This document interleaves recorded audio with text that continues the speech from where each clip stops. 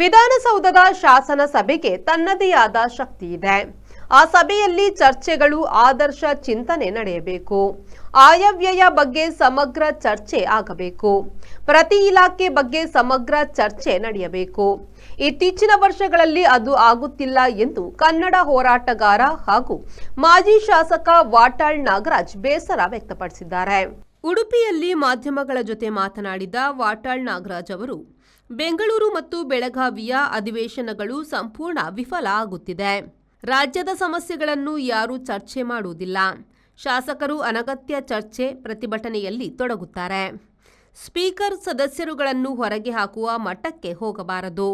ವೈಯಕ್ತಿಕವಾಗಿ ನಿರ್ಧಾರ ತೆಗೆದುಕೊಳ್ಳುವುದು ಸರಿಯಲ್ಲ. 6-7 ತಿಂಗಳು ಸಸ್ಪೆಂಡ್ ಮಾಡುತ್ತೇನೆ ಎನ್ನುವುದು ತಪ್ಪು ಎಂದರು. ವಿಪಕ್ಷದವರು ತಮ್ಮ ಸ್ಥಾನದಲ್ಲೇ ನಿಂತು ಕೂತು ಮಾತನಾಡಿ ಪ್ರತಿಭಟನೆ ದಾಖಲಿಸಬೇಕು. 1967ರಲ್ಲಿ ನನಗೆ 25 ವರ್ಷ. ಸಿಎಂ ನಿಜಲಿಂಗಪ್ಪ ಅವರ ಕಾಲದ ಯುವ ಶಾಸಕ ನಾನು. ಶಾಸಕನಾಗಿರುವ ಸುವರ್ಣ ಕಾಲವನ್ನು ಬಳಸಬೇಕು. ಅಧಿಕಾರಿ, ಪತ್ರಕರ್ತರು ಜನರ ನಡುವೆ ಕುಳಿತು ಮಾತನಾಡಬೇಕು ಎಂದು ಶಾಸಕರಿಗೆ ವಾಟಾಳ್ ಸಲಹೆ ನೀಡಿದರು. ಚುನಾವಣೆ ವ್ಯಾಪಾರವಾಗಿದೆ ಎಂದು ವಾಟಾಳ್ ಅಸಮಾಧಾನ ವ್ಯಕ್ತಪಡಿಸಿದರು. ಬಹಳ ವಿಫಲ ಆಗ್ತಾ ಇದೆ. ಯಾವುದನ್ನು ಚರ್ಚೆ ಮಾಡಿ ಸರ್ಕಾರವನ್ನು ಇಕ್ಕಟ್ಟಿಗೆ ಸಿಕ್ಕಿಸಬೇಕು ಅದರ ಬಗ್ಗೆ ಯಾರು ಗಂಭೀರವಾಗಿ ಚಿಂತನೆ ಮಾಡ್ತಾ ಇಲ್ಲ. ಮಾಡಬೇಕು. ಇವಾಗ ನಮ್ಮಲ್ಲಿ ನಮ್ಮ ರಾಜ್ಯದಲ್ಲಿ ಏನೇನು ಇಡೀ ರಾಜ್ಯದ ಅಖಂಡ ಕರ್ನಾಟಕದಲ್ಲಿ ನಡೀತಾ ಇರತಕ್ಕಂಥ ವಿಚಾರಗಳು, ಕಾನೂನು ಸುವ್ಯವಸ್ಥೆ ಇರ್ಬೋದು, ಕಂದಾಯ ಇರ್ಬೋದು, ರೈತರದ್ದು ಏನು ಸಮಸ್ಯೆಗಳು ಬೇಕಾದಷ್ಟಿದೆ. ಇದನ್ನು ಚರ್ಚೆ ಮಾಡೋದಕ್ಕೆ ಆ ಸ್ಥಳ ಬಿಟ್ಟರೆ ಶಾಸನ ಸಭೆ ಅಂತ ಸ್ಥಳ ಚರ್ಚೆ ಮಾಡೋಕ್ಕೆ ಮತ್ತೊಂದು ಸ್ಥಳ ಇಲ್ಲ. ನಮ್ಮ ಸ್ನೇಹಿತರುಗಳು, ಶಾಸಕರುಗಳು ಅದನ್ನು ಅರ್ಥ ಮಾಡ್ಕೊಂಡಿಲ್ಲ. ಸುಮ್ಮನೆ ಪೂರಾ ಬೇರೆ ಬೇರೆ ವಿಚಾರಕ್ಕೆ ಅದನ್ನು ಎಳೆದು ಮಾತಾಡ್ತಕ್ಕಂಥದ್ದು ಒಳ್ಳೆಯ ಸೂಚನೆ ಅಲ್ಲ.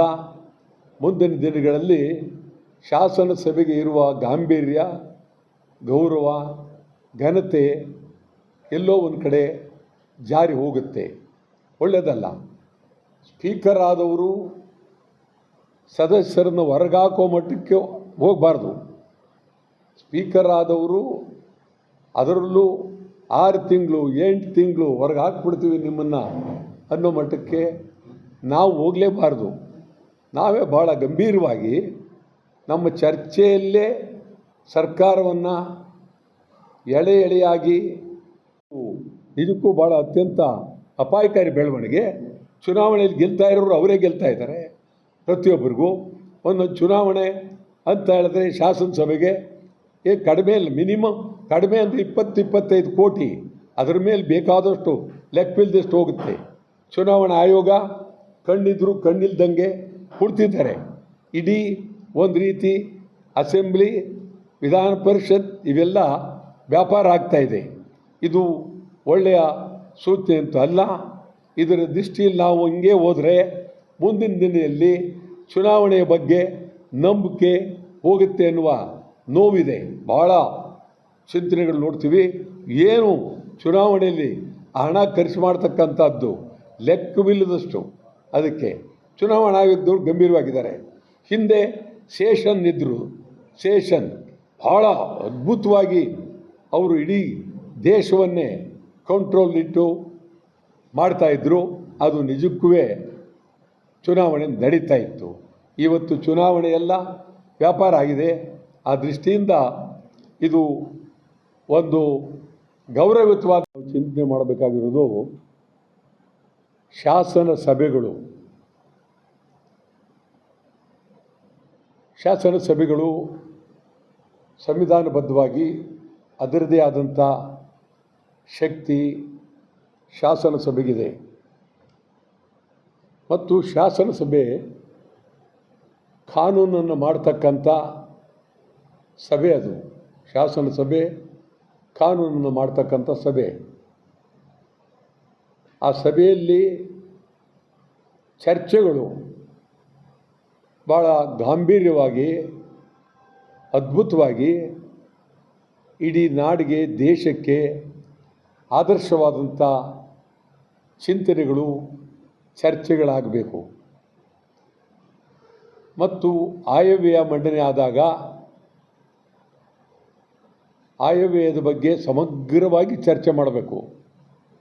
ಆಯವ್ಯಯವನ್ನು ಮಂಡನೆ ಮಾಡಿದಂಥ ಹಣಕಾಸು ಸಚಿವರು ಸುದೀರ್ಘವಾಗಿ ಭಾಷಣ ಮಾಡಿರ್ತಾರೆ, ಎಲ್ಲ ಇಲಾಖೆಯ ಬಗ್ಗೆ ಭಾಷಣ ಮಾಡಿರ್ತಾರೆ.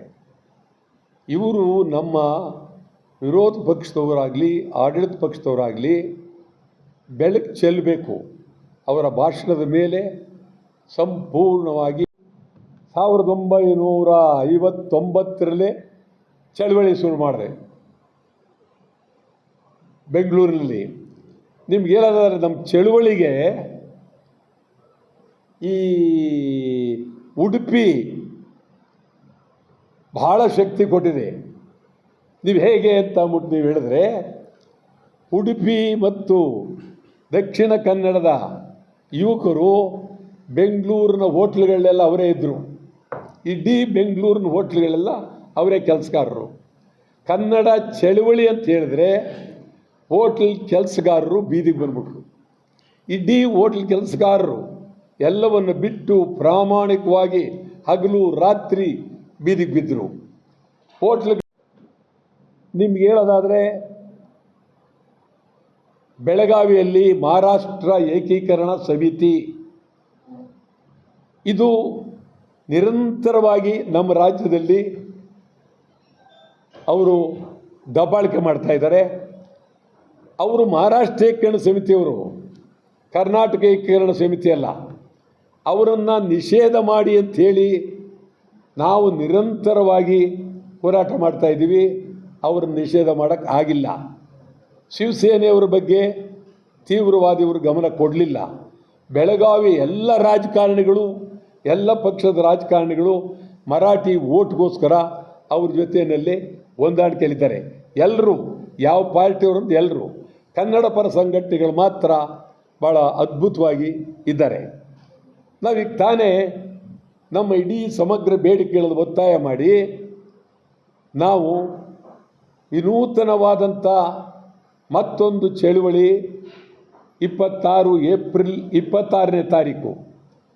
ಬಹುಶಃ ನಿಮಗೆಲ್ಲ ಗೊತ್ತಿರ್ಬೋದು, ಈಗ ತೆಂಗಿನಕಾಯಿ ಅದು ಈಡ್ಗಾಯಿ ಹೊಡೀರಿ ಅಂತ ಅವತ್ತು ಯಾರು ಬೇಕಾದರೂ ಈಡ್ಗಾಯಿ ಅಂತ ದೇವಸ್ಥಾನ ಮುಂದಾರು ಹೊಡೀರಿ, ಮನೆಯ ಹತ್ರ ಹೊಡೀಲಿ, ಬೀಡಿ ಹತ್ರ ಹೊಡೀರಿ, ಹೋಟ್ಲ ಹತ್ರ, ಏನು ಯಾರಿಗೂ ತೊಂದರೆ ಇಲ್ಲ. ಕರ್ನಾಟಕ ಬಂದಾದಾಗ ಮಾತ್ರ ಭಾಳ ಹೇಳ್ತಿದ್ರು, ಇಲ್ಲ ಹೋಟ್ಲು ಮುಚ್ಚೋಕ್ಕಾಗಲ್ಲ, ನಮ್ಮದು ನೈತಿಕ ಬೆಂಬಲ, ಇನ್ನೊಂದು ಮಾಡೋಕ್ಕಾಗಲ್ಲ ಅಂತ ಏನೇನೋ ಹೇಳ್ತಾಯಿದ್ರು. ಇವತ್ತು ಇದಕ್ಕೇನಿಂದ ನಡ್ಕೊಳ್ಳೋಕ್ಕಾಗೋದಿಲ್ಲ. ಅವರಿಚ್ಛೆ ಬಂದಂಗೆ ಮಾತನಾಡೋದು, ಅವರಿಚ್ಛೆ ಬಂದಂಗೆ ಕೂಗಾಡೋದು, ಅವರು ವಿರೋಧ ಪಕ್ಷದವರು ಮಾತನಾಡೋದಕ್ಕೆ ಅವಕಾಶ ಕೊಡಬೇಕು. ಮುಖ್ಯಮಂತ್ರಿ ಆಗಲಿ, ಉಪಮುಖ್ಯಮಂತ್ರಿ ಆಗಲಿ, ಮಂತ್ರಿಗಳಾಗಲಿ ಅವ್ರಿಗೆ ಅವಕಾಶ ಕೊಟ್ಟು ಆಮೇಲೆ ಇವರು ಅದಕ್ಕೆ ಉತ್ತರ ಕೊಡಬೇಕು. ಎದ್ದು ಇಬ್ಬರು ಕಾಳ್ಗೆ ಕಿಳಿತಾರೆ. ಇದು ಅಷ್ಟು ಸಾಮರಸ್ಯ ಏನಲ್ಲ. ನಾವೇನು ಈಗ ನಾನೇನು ಅವ್ರನ್ನ ತಿದ್ದಬೇಕು ಅಂತಲಲ್ಲ, ನಾನು 5 ಬಾರಿ ಇದ್ದೆ ಅಸೆಂಬ್ಲಿಲಿ, ಈ ಥರ ಎಂದು ನಡೆದಿರಲಿಲ್ಲ. ಮತ್ತು ಅಸಂಬದ್ಧವಾದಂಥ ವಿಚಾರಗಳು, ಚರ್ಚೆ ಇವು ಆಗಬಾರ್ದು. ನಾಳೆ ಸ್ಪೀಕರ್ ಆದವರು ಒಬ್ಬ ವ್ಯಕ್ತಿಯನ್ನು ತೆಗೆದು ಹೊರಗಾಕ್ತೀವಿ ಅಂತ ಹೇಳೋದು ಇದೆಯಲ್ಲ, ಅದು ಸರಿಯಲ್ಲ. 6 ತಿಂಗಳು ಹೊರಗಾಕೋದು ಸರಿಯಿಲ್ಲ. ಅದು ಸಾಮಾನ್ಯವಾಗಿ ಪ್ರಜಾಪ್ರಭುತ್ವ ವ್ಯವಸ್ಥೆಯಲ್ಲಿ ಪರ ವಿರುದ್ಧ ನಡೀತದೆ. ಸ್ವಲ್ಪ ಮೀರಿ ಮುಂದೆ ಹೋಗಿದ್ದಾರೆ ಇವರು, ಒಪ್ಗೋಣ. ಅದನ್ನು ಸ್ಪೀಕರ್ ಆದವರು ಇದನ್ನು ವೈಯಕ್ತಿಕವಾಗಿ ಅಂತ ಹೇಳಿ 6 ತಿಂಗಳು ಅವರು ಏನು ಕೆಲಸನೇ ಮಾಡಬಾರ್ದು, ಕ್ಷೇತ್ರದಲ್ಲಿ ಕೆಲಸ ಮಾಡಬಾರ್ದು ಅಂತ ಹೊರಗಾಕದಿದ್ದು ಸರಿಯಲ್ಲ. ಇವರು ಸ್ಪೀಕರ್ರವರು ನಿರ್ಣಯವನ್ನು ಮಾಡುವಾಗ ಸುತ್ತ ಇವರು ಪತ್ರವನ್ನು ಎಸ್ತು ಅಲ್ಲಿವರೆಗೆ ಹೋಗಲೇಬೇಕಾಗಿರಲಿಲ್ಲ. ಇವರು ನಿಂತ್ಕೊಂಡು ಮಾತಾಡೋದು, ಈ ಮಾತೇ ಅದ್ಭುತವಾಗಿ ನಡೀತಿತ್ತು. ಮಾತಾಡೋದ್ರಿಂದಲೇ ಇಡೀ ಸರ್ಕಾರವನ್ನು ಇಕ್ಕಟ್ಟಿಗೆ ಸಿಕ್ಕಿಸ್ಬೋದಾಗಿತ್ತು. പക്ഷേ ಇದು ನಿಜವಾಗಲೂ ಇದು ನಮ್ಮ ರಾಜ್ಯದ ಶಾಸನಸಭೆಗೆ ಭಾಳ ಗೌರವವಿದೆ. ಅವತ್ತು ಅನೇಕರು ಈ ಸದನದಲ್ಲಿದ್ದಾರೆ. ನಿಮ್ಗೆ ಹೇಳ್ತೀನಿ, ಎಂ ಇ ರಾಮರಾವ್ ಅಂತ ಹೇಳಿ. ಶ್ರೀಜಿತ್ ವಿ4 ನ್ಯೂಸ್ ಉಡುಪಿ.